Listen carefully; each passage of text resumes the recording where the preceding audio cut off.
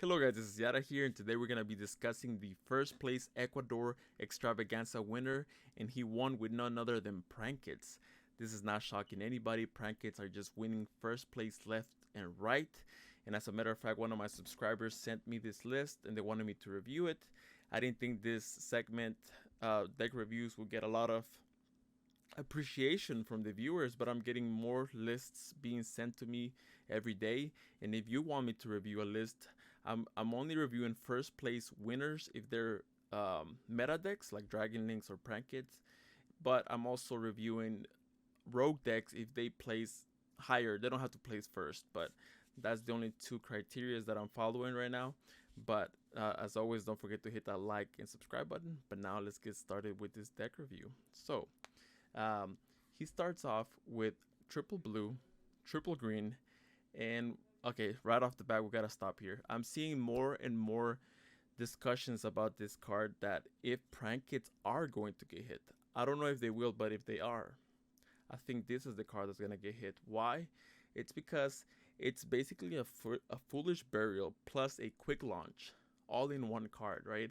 And if we're to compare the strengths of every single Prankits main deck monster, and of course we're gonna say that this is the one that stands out, right? So do I see it getting hit? I don't think so. It's a powerful card, trust me. It's crazy how it can has two of the most busted effects in the game all in one card, right? But I don't think Prankit is that annoying to the point where like Konami is thinking about hitting them. Usually Konami hits decks that are just annoying to everybody, right? Because they want to kind of appease the player base. But I don't see a lot of people complaining about Prankits. Honestly, their main strength is time, right? Like this deck is insane when it comes to time, and I don't blame the players for winning on time, right? If a lot of the times they win on time because their opponents are like reading their cards and everything, and if you're playing against this deck, then you kind of want to like play faster, right? Because you know that their main one of their main win conditions is time, right? So I don't see this deck getting hit, but if a card is gonna get hit in this deck, it's green for sure. Fancies. But let's move on from there. Triple Lampsies, double Roxy's. Like I asked Sack in my deck profile, that why do some people run three of these or two is because it conflicts with there can only be one, and a lot of the Prankits players don't know what to decide. Do we do two? Do we do three? And also the fact that you have to pay, you banish a card in order to draw and special summon is kind of costly at times, right? So that's why a lot of them don't go with the triple, but it's all up to you. It comes a lot with testing out the deck. But let's move on from there. He's running the triple ash. Triple ash is almost mandatory, especially this deck struggles a lot with Dragoon. So this outs the Red Eyes Fusion. So it's almost mandatory. Plus this hits almost, I mean, it hits literally every single deck in the meta. So it's a must. Then he's running the Gamma package. This deck, I think, is this and Virtual World are the best decks that can run Gamma because they can bait out the Ash so much. Like your Bow Wow, when you tribute it, if they try to negate the effect or anything, then you can just chain the Gamma, right? And there's so many instances where you can just bait a monster negation so you can chain Gamma to it. So I think this deck is fantastic, and Gamma is almost mandatory. I went to a tournament and I would have topped. I would have been like in the top 8. But this card right here, I was playing against a Prankits player, but this card right here on game 3 got him the win, right? But I don't want to talk about that. That's tragic. But yeah, you have to run this if you're playing Prankits. But then he's going with the triple Drolan Lockbird. Like once again, this card is so insane. It hits every single deck. Every deck nowadays, you see it just adding, drawing, and this card single-handedly stops adding and drawing. So very good. If your deck can afford to run multiple hand traps, then please run this, right?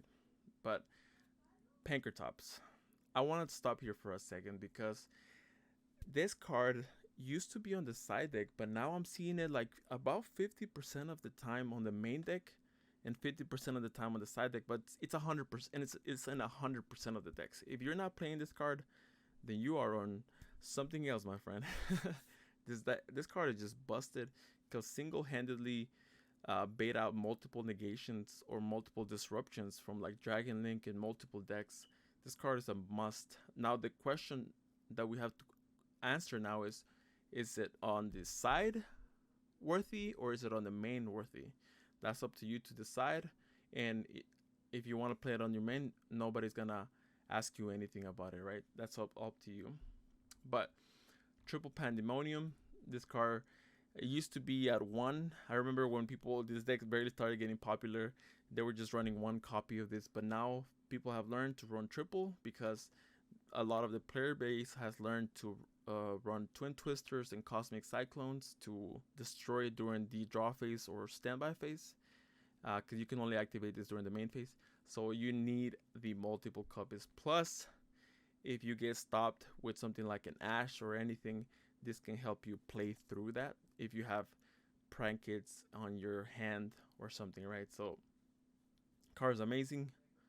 3 is the right amount nowadays, but the double prank kits plays, this card is very good because he helps you play around Meister, Ash, because he chain blocks, right? And like my friend said, Zach, he mentioned how this can be an out to Dragoon because it lowers the attack and it makes you gain attack as well. So it's, and you can activate both effects the same turn. So it's a difference of 1,000 life points if both of them go through. But then we go to the pranks. I've seen some decks run 2 of these, but I think you at least need 1 for sure. This is mandatory and can help you recycle your graveyard. So triple Cosmic Cyclone. Cosmic Cyclone is being seen, I think, in almost 100% of the decks, either on the side or on the main. It helps you deal with Pandemonium or Schism and so many annoying cards that you just want to get rid of. And okay, we gotta stop here for a second because Book of Moon. What do I think about Book of Moon? Why is this first place winner running Book of Moon on the main? I think it's mainly because of the mirror, right? If you go first and you have this set, the opponent summons one of their prank kits monsters. You flip this on them, you flip it down. Now they can't use it to link, and you kind of just stop their turn if they don't have a Pandemonium with another kid in their name, right? So this card is solid. It also stops Dragon Link players because the thing about Dragon Link's players is that they kind of have to play on one side of the board, depending on which side they want to combo off on.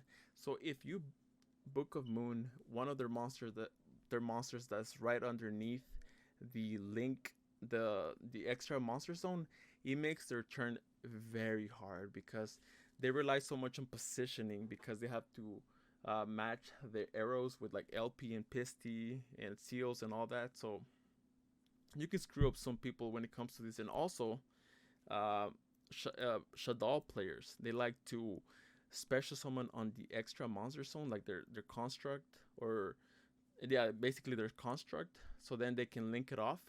But if you Book of Moon their construct, now they can't link it off anymore and they're kind of just stuck there, right? They won't be able to pick up the spell or trap card that they threw into the graveyard. So Scar is very solid, honestly. So it makes sense why they're running it.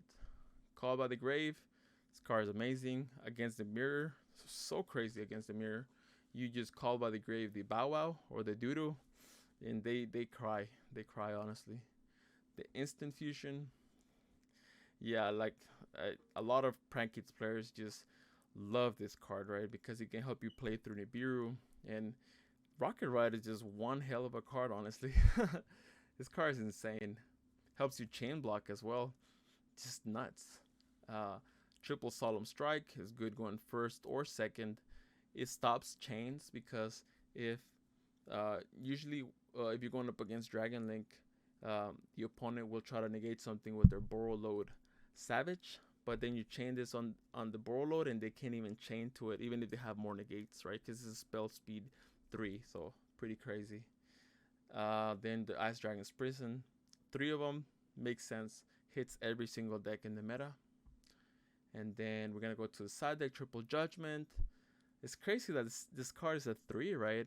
It used to be on the ban list, but yeah, I mean, this card is insane. Triple, there can only be one.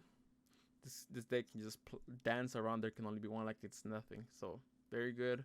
Triple Twin Twisters, mandatory. Triple Dark Ruler No More, mandatory. And the triple Super Poly. This card is good against Shaddolls, against Dragon Link, against the Mirror. In the Mirror is crazy because both players are afraid, like, who has the Super Poly, because all your fusions just require Prankits monsters. So yeah, in the Mirror, this card is bonkers. But let's go to the extra deck, right? We got the Butler. I remember when this deck started getting popular, people were running 3 or 2 of Butlers, but now people have learned to be smarter with their Butlers, so now they only run the 1 off, right? So then we go with the Bow Wow. Card's insane. Double Doodle Doo. Triple Meow Meow. This card is basically what made this deck meta. A Link 1. Crazy, right? But this card is amazing. If it was another type, if it wasn't rock, I mean, the fact that this is rock is crazy. It looks more like a beast to me, right? But if this was another type that's none of these, this deck would be so much crazier because you can run There Can Only Be One without any issues.